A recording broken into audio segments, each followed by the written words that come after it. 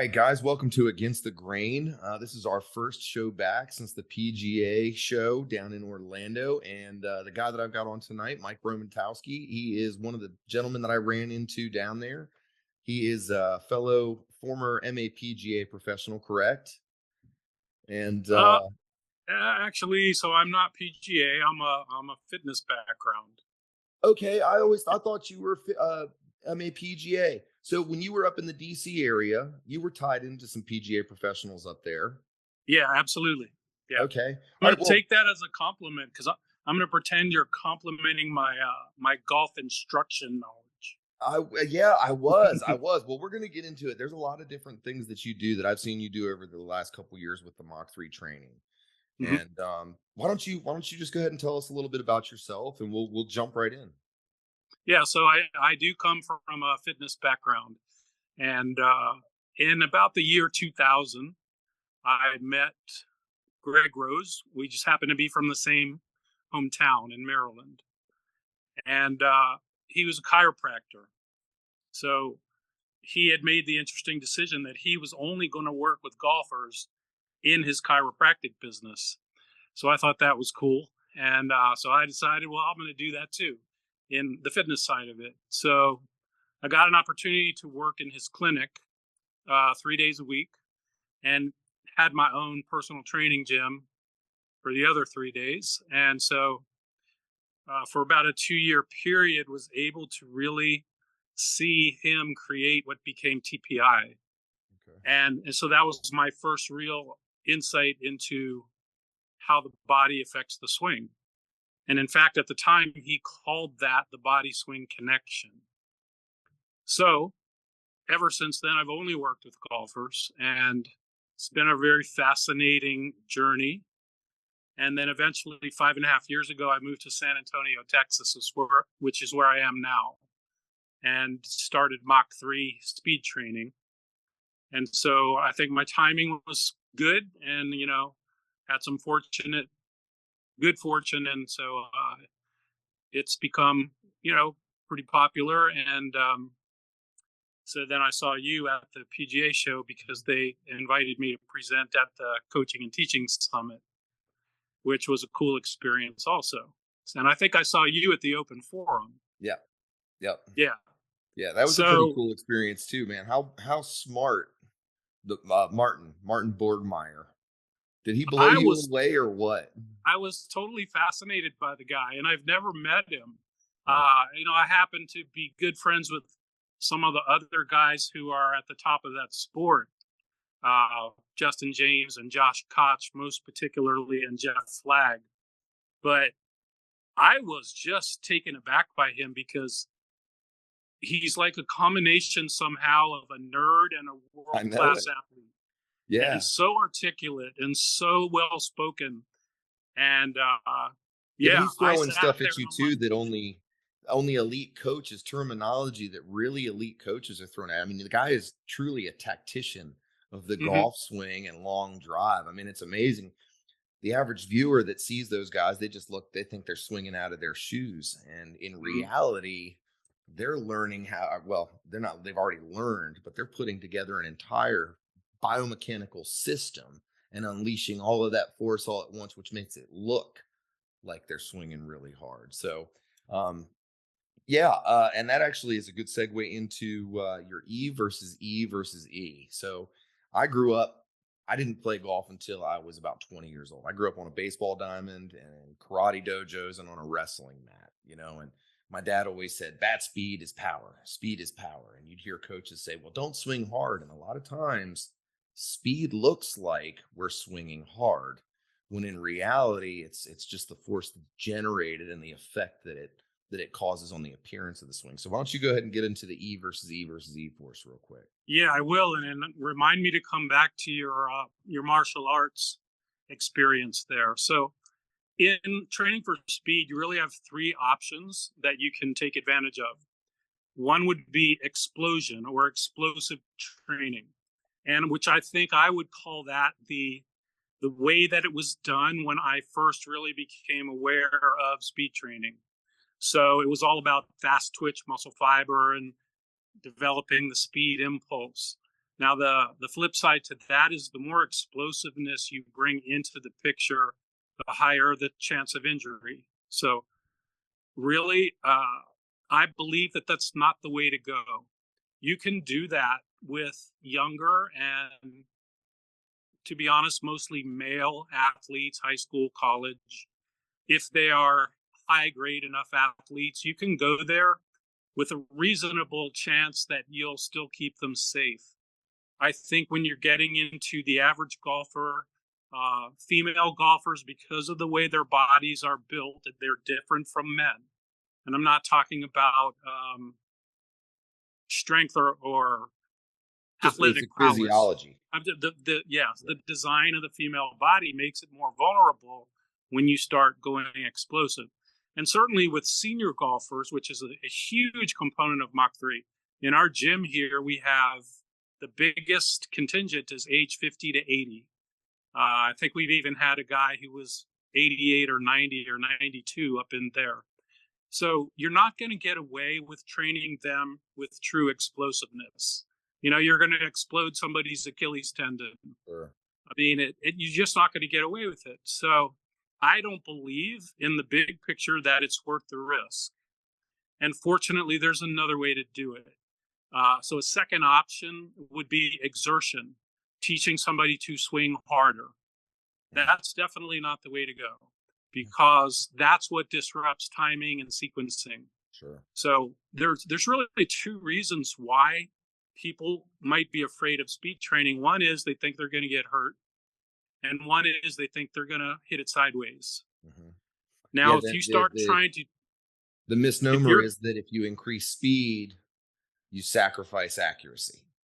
right, when in reality, all sports motions are more efficient at higher speeds. Right. Speed is efficiency, and efficiency is speed. But Right. going back to the hit it sideways theory, the only thing that's going to get the club face pointing who knows where is if you disrupt sequencing and timing. And that will happen almost every time when you start trying to teach somebody to swing harder.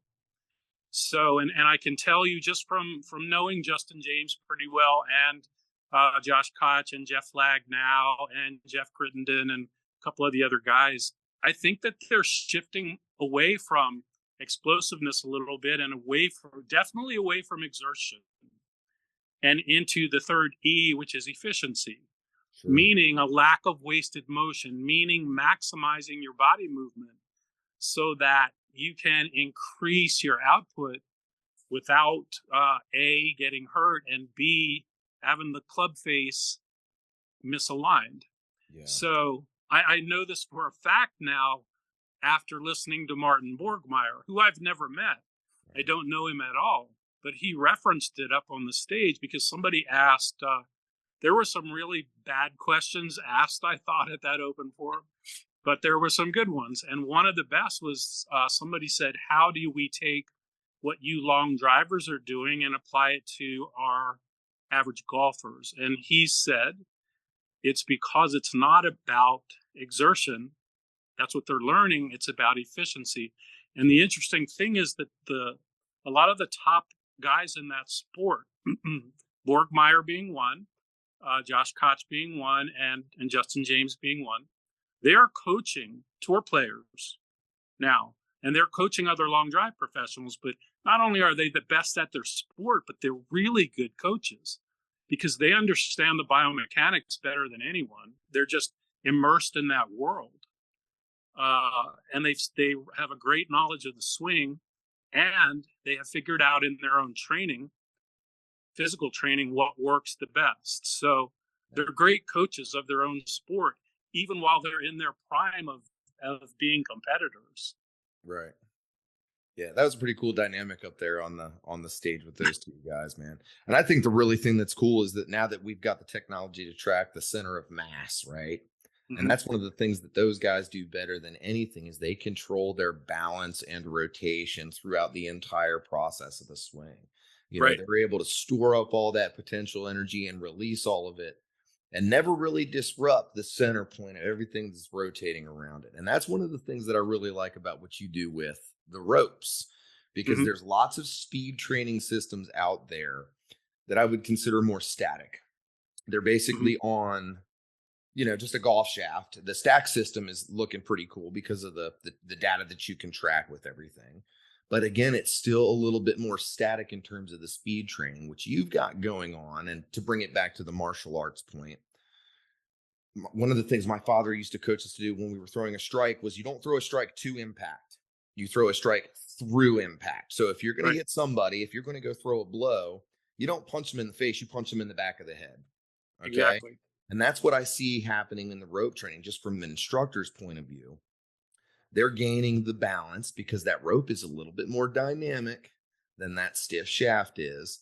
And then, in order to get the rope to react the way that you want it to, they've got to learn how to create that speed through the impact zone. Right. Right. And I've heard you say in some of your videos, I want the speed out front. I want the speed out front. So, talk to us a little bit about that and tell us the benefits about the rope over, let's say, some of the more high tech speed training systems that are out there. Right. So our main motto is speed out in front.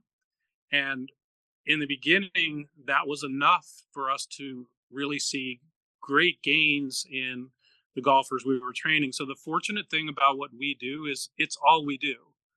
We only do speed, speed and conditioning, but we only measure two data points, and that's club head speed and ball speed. So that enables us to build up a huge database of sheer numbers of golfers. So we've in this gym here, we've had 1,900 golfers approximately in 5 years.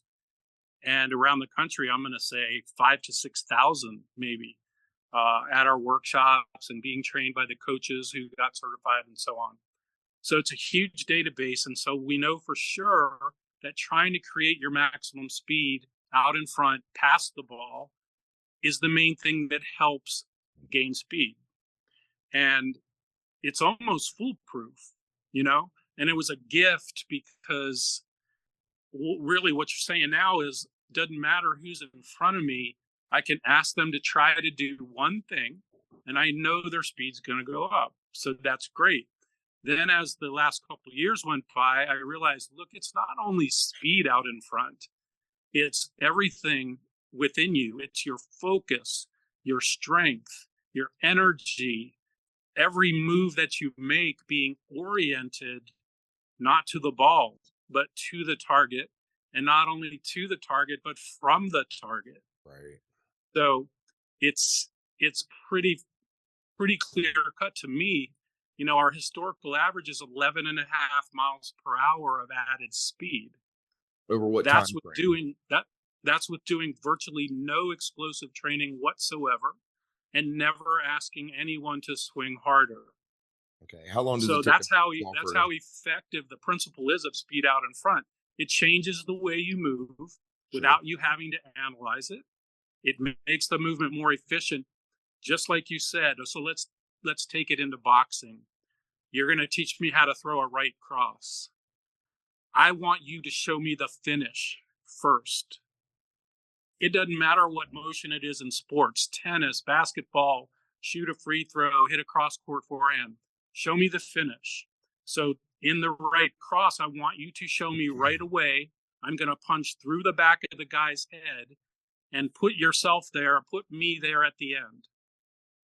Once I know that, I've got 98% of it. Now you can tweak me and refine it and make me better at it, but you showed me where to go. So obviously, we're measuring club head speed with the driver, meaning the finish is well out in front, up, and for a right hand golfer, a little bit to the left. That's what you need to show me first. And that's what we show everybody first when they come in here. This is where you're going. It goes to there, it comes from there.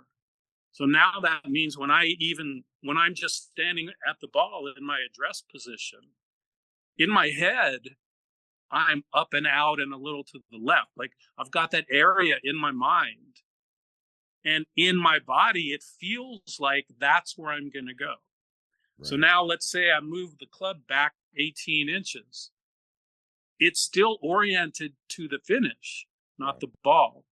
Ball is roughly a halfway point. Some people think the ball is the finish line. It's not even the starting line. Right. right? So you got to think from, let's call it, in front of the ball to way out in front, somewhere between 4 feet and 4 miles in your mind, right? Right. So you're operating out in front all the time. And it's funny, I have a good friend here, David Ogren, who was a longtime tour player, won the Texas Open on the tour, has become a tremendous instructor. Mhm. And when I first met him, we were playing golf, and we were kind of talking about the beginnings of all this. And I mentioned speed out in front, and in his big booming voice, he goes, you're right. The game is played out there, and like points down the fairway. And I'm like, in my head, I'm like, yeah, I know I'm right. Like, because I could already see it with the first golfers that we were working with in here. So it makes our job easier than, say, maybe a traditional swing instructor, because we don't ever have to mention technique. Number one, we don't ever have to talk about the backswing. We don't have to talk about anything. Like, if you were here in a class, all I would be really saying is faster out in front, stronger at the finish, faster. Whatever question you had about technique, I'd say just be faster out in front, just be stronger at the finish. Right. And you'd probably go, does this guy know any other thing to say besides that? And the Right. answer is, that's really all I have to say. I know it because I've seen 7,000 golfers do it. So, Right. Well, plus watching the rope swings. I mean, again, that rope, you need feedback, right? That's one of the things right. we need to offer our students, and that rope offers a ton of feedback. So once you get a couple swings in it and you get a groove of the feel, so I almost kind of liken it to cracking a bullwhip. You're a Hmm. Texas guy. I'm here in Tennessee now. I know we're both from Maryland originally, but playing around as a kid, if you don't snap that thing at just the right time, you don't get a crack. It's a swoosh, same kind of deal Right. with your rope.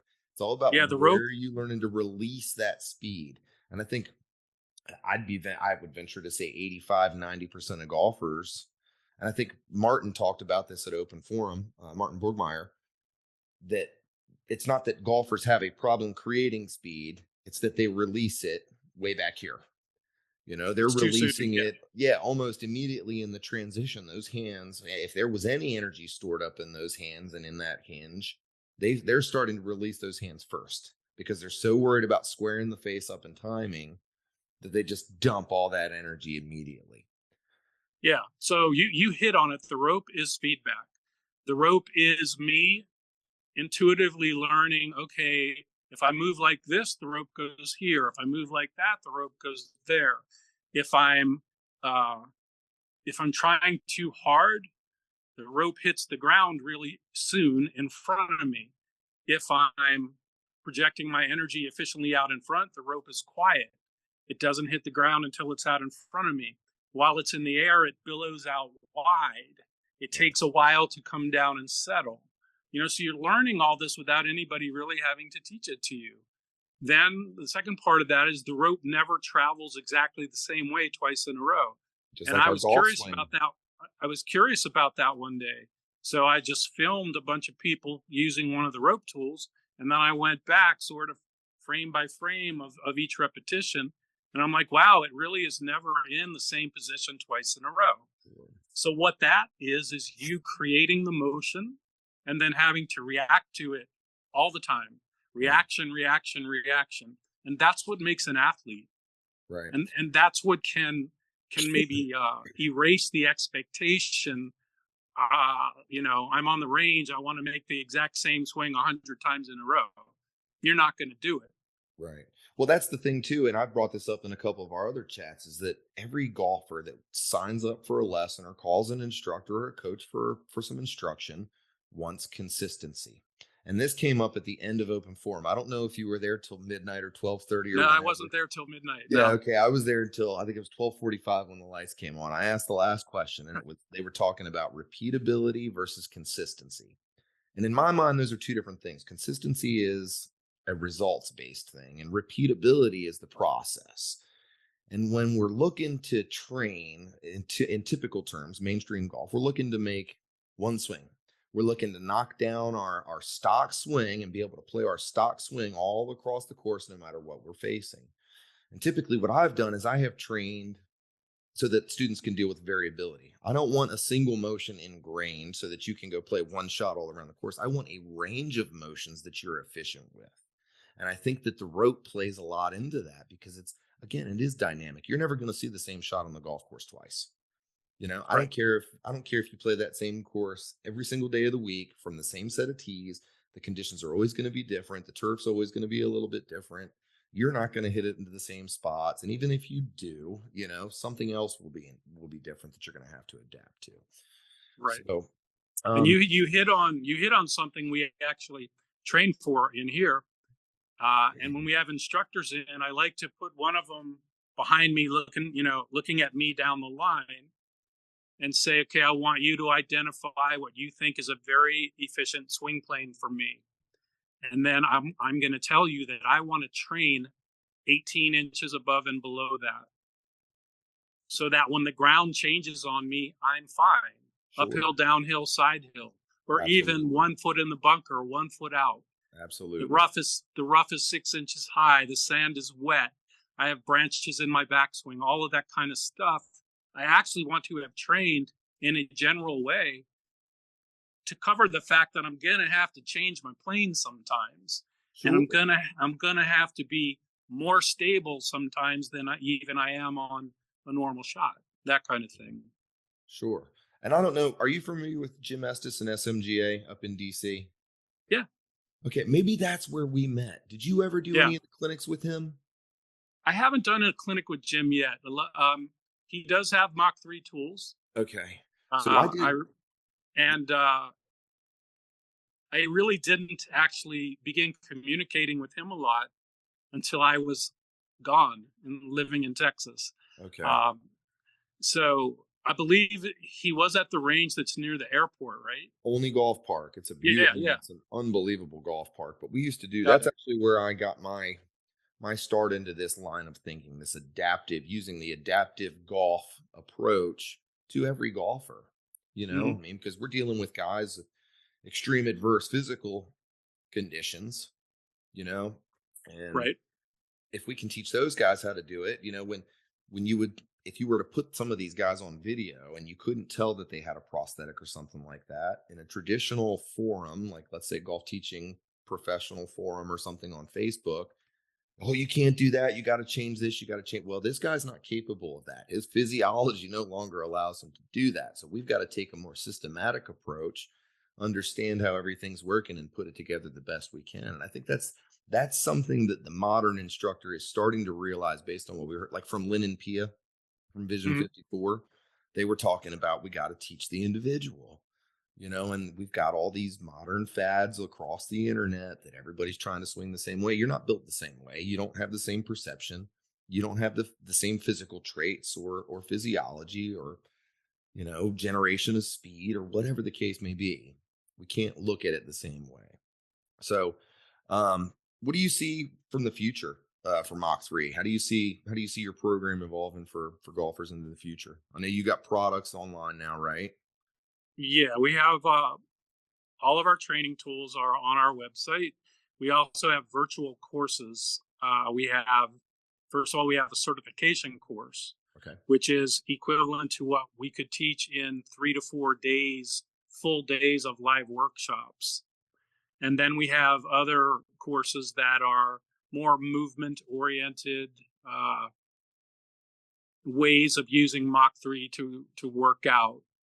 Now, this should be a really big year for us because I think I am going to kind of get a bigger engine behind me in terms of manpower and ability to fulfill some of the opportunities that are there, especially overseas: Korea, Japan, India, China, Thailand, those kind of places. So, really, what I'm always looking to do is build a community. I Yeah. got a really weird or funny question last week. Guy said, "What tour players are in your stable?" And I said, "My stable? Like a thoroughbred horse racing trainer? I don't want a stable. I want a community Right. of golfers who love to train this way." Yeah, it's very easy to quickly see that it's effective because if I can say I hope I've given one thing to the golf world, it's to show that speed is not a difficult thing to achieve, because everyone who comes in the door has speed within them that they're just not accessing, and that's the first thing we're showing them. And that's going to be a home run almost every time, because everybody has it. And I remember when the first long drive guy came in here. He's a good friend of ours now named Tyler Barton. Okay. So I'm probably going back 4 years. And he came in. He was ranked like number 52-ish in the world, maybe something like that. And I'm thinking, because the number 52 guy in the world is fast as all get out. He's faster than any normal person you have in your gym by a mile. So I'm thinking to myself, like, can this guy also get faster, from the same approach that we use with everybody else? And fortunately, the answer was yes. And I'm like, okay, now I know what I found out there is that we don't even have to change the system. So we don't have to have like Mach 3 for juniors and Mach 3 for ladies and Mach 3 for seniors and Mach 3 for long drive guys. The system is the same. It works for everybody. The design of the tool, all the tools can be scaled up or down in weight and how easy they are to handle. So a top world long drive guy, within the handles, we're actually going to put inserts that make the handle more robust. And for kids, we simply make them smaller and lighter and that kind of thing. But the same system works for everyone. So that was a good thing to know.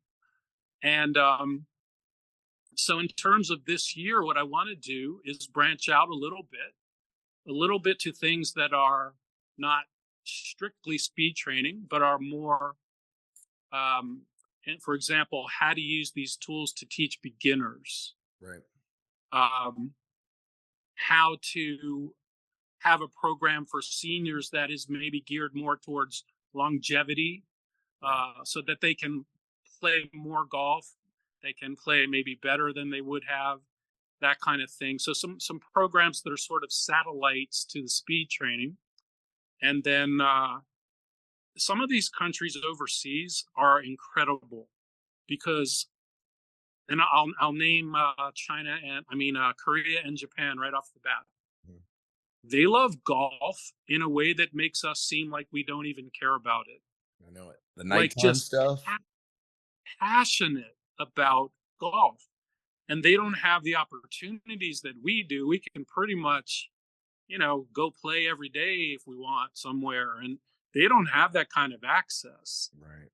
So I really want to, and their instructors are just amazing. Like in their quest for knowledge and in their enthusiasm for how to teach better and that kind of thing. So I want to fulfill the potential that's there. And India is actually another one. Golf is almost, in comparison, brand new in India. Yeah. Uh, Well, how do it's a we we're getting much ready to have smaller to cut it golf. off for part two. How can our listeners support you? Tell us, go ahead and plug your site and everything like that, and we'll jump into the growth of it, part two of it. Sure. Okay. Our website is mach3speedtraining.com. Okay. And on there are all of our training tools, all of our virtual courses, and a lot of opportunities to learn about Mach 3. Okay, for the average golfer at home or the coach, if you were to recommend one of your training tools, would it be the rope? I would say the Speed Bomber would be my number one because it can be swung anywhere. Okay. So you don't need any extra space. And the variety of drills you can do with it is probably the greatest. Yeah. So Okay. the Speed Bomber. All right. Awesome. Awesome. All right. Well, we're going to cut this off and I will be back with you in just a few minutes for part two. Awesome.